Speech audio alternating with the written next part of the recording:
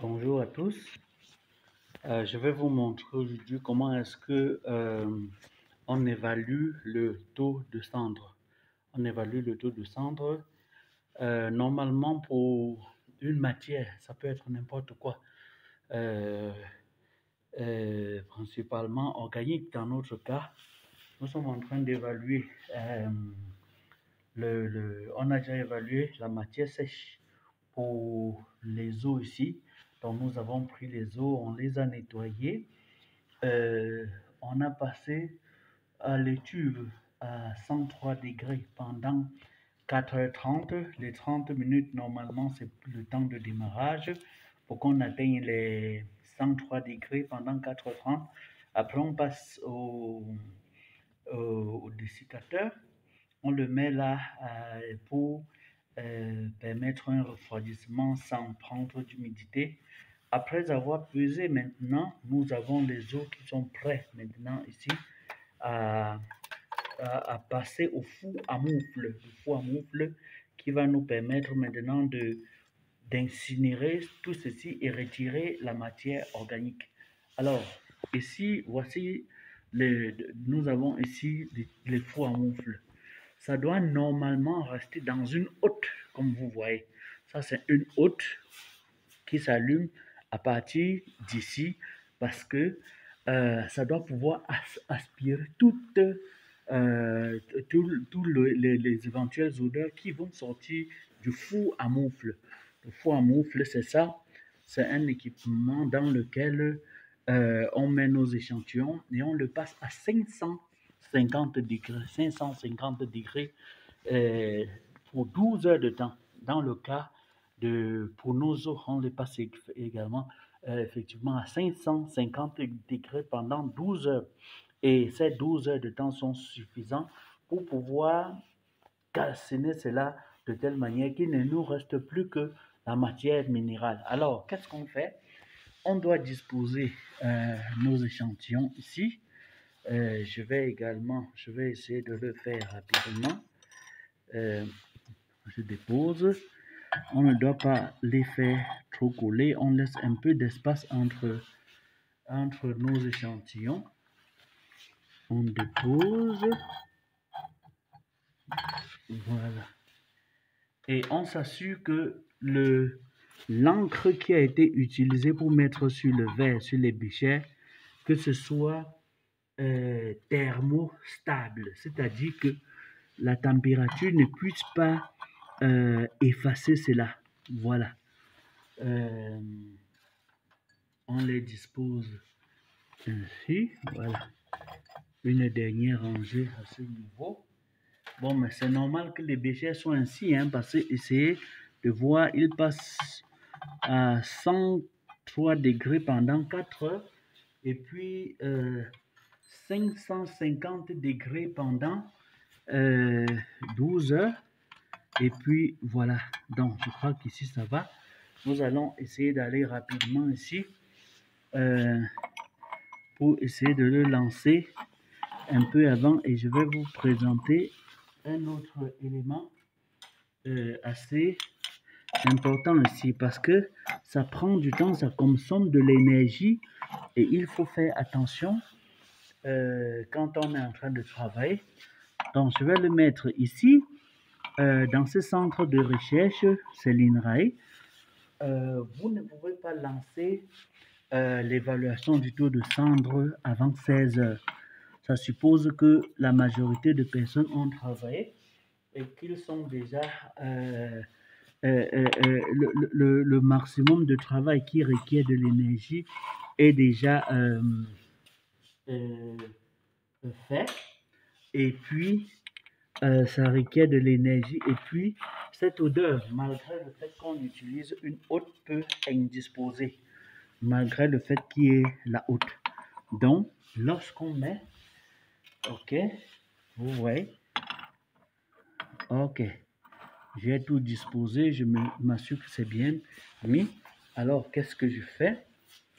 Je vais pousser, oui, ouais, je vais pousser.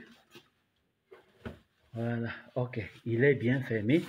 Ce que je fais, je mets en marche le, le, le, le, euh, euh, la haute et puis je tourne ici. Ça, c'est l'interrupteur qui met en marche ce four à moufle de 5000 kW. Il n'est pas 16 heures. C'est la raison pour laquelle ici, ce n'est pas encore lancé.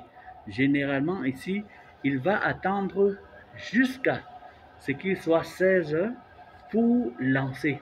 Donc, je vais poser et je peux m'assurer, hein, je m'assure rien ne marche et c'est très bien fermé.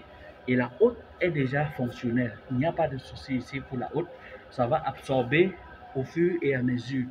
Donc, pour l'instant, vous voyez, si on regarde, le four de 3000 kW, c'est celui-ci, on ne l'utilise pas. C'est celui de 5000 kW qui est ici et je l'ai déjà mis en marche. Mais il ne pourra commencer à travailler qu'à 16 heures. Vous voyez? Donc maintenant, il est 15h57. Donc ça va pas pouvoir lancer jusqu'à ce qu'il soit 16 heures. On va patienter et voir. Ok, là, il est 15h59. Donc, d'un instant à l'autre, il va s'activer. Comme vous allez voir, ici c'est déjà à 1, c'est déjà allumé, mais le dispositif est monté de telle manière que s'il n'est pas 16 heures, rien ne sera enclenché. Ok, donc le temps que ça puisse se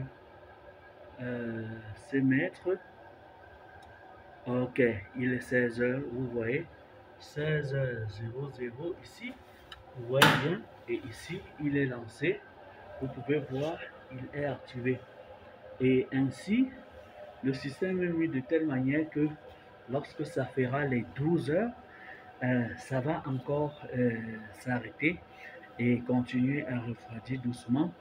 Et nous viendrons tout simplement le matin ouvrir légèrement pour que la chaleur puisse commencer à baisser. On ne doit pas, même si on a les gants anti-chaleur, on ne doit pas retirer les échantillons directement. Ce qu'il faut faire, c'est quoi? C'est qu'il faut attendre.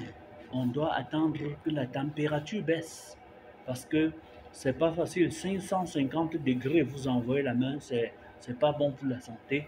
Même si vous êtes sur une haute, même si ça a relativement baissé.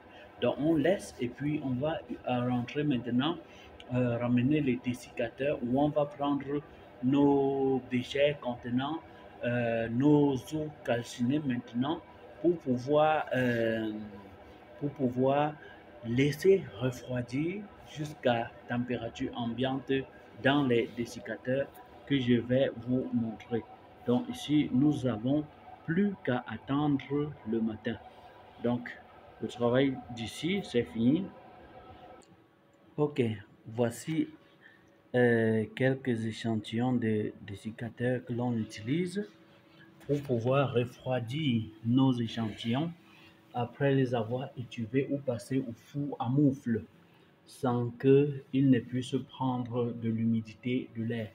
Donc vous voyez, on a ici la silice, c'est les grains de silice qui sont orangés. Quand ils sont orangés, cela montre que ils sont encore actifs.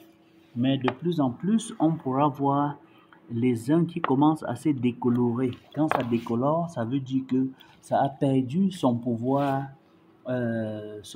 d'absorption de l'humidité.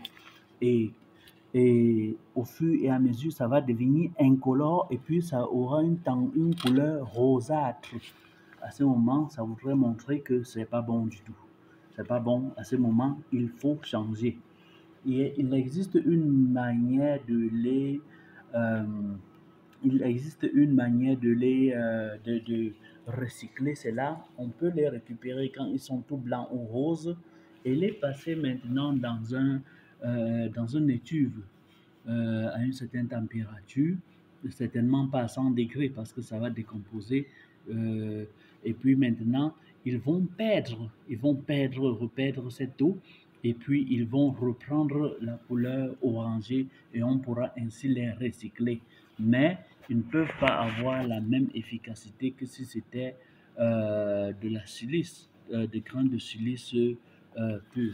Voilà donc comment est-ce qu'on procède pour les peser avec une balance ici qui est à quatre chiffres après la virgule. Et puis, comment est-ce qu'on les prend tout simplement? Vous avez plusieurs méthodes. Vous avez les différents, vous avez les numéros des béchers là. Vous avez par la suite le poids des béchers. Vous avez le code de votre échantillon. Après, vous pouvez avoir le poids du bécher avec l'échantillon frais, puis poids du bécher avec l'échantillon sec, c'est-à-dire passé à l'étuve à 103 degrés pendant 4 heures ou 4h30. Et puis maintenant, vous aurez le poids du bécher avec la cendre obtenue. Et puis, des calculs vous permettront maintenant de pouvoir évaluer, un, la matière sèche et deux, le taux de cendre. Et par la suite, on conserve, on conserve nos échantillons. On conserve nos échantillons. Voilà. Les échantillons d'os obtenus après calcination sont conservés ainsi, pour des analyses ultérieures. Si on veut par exemple évaluer le taux de minéraux, les différents types de minéraux qu'il y a à l'intérieur, c'est conservé ainsi. Et puis maintenant, on pourra broyer pour pouvoir évaluer ces différents taux de minéraux, principalement sur le phosphore, sur le calcium et autres. Bon, à très bientôt pour une autre vidéo. Bye bye.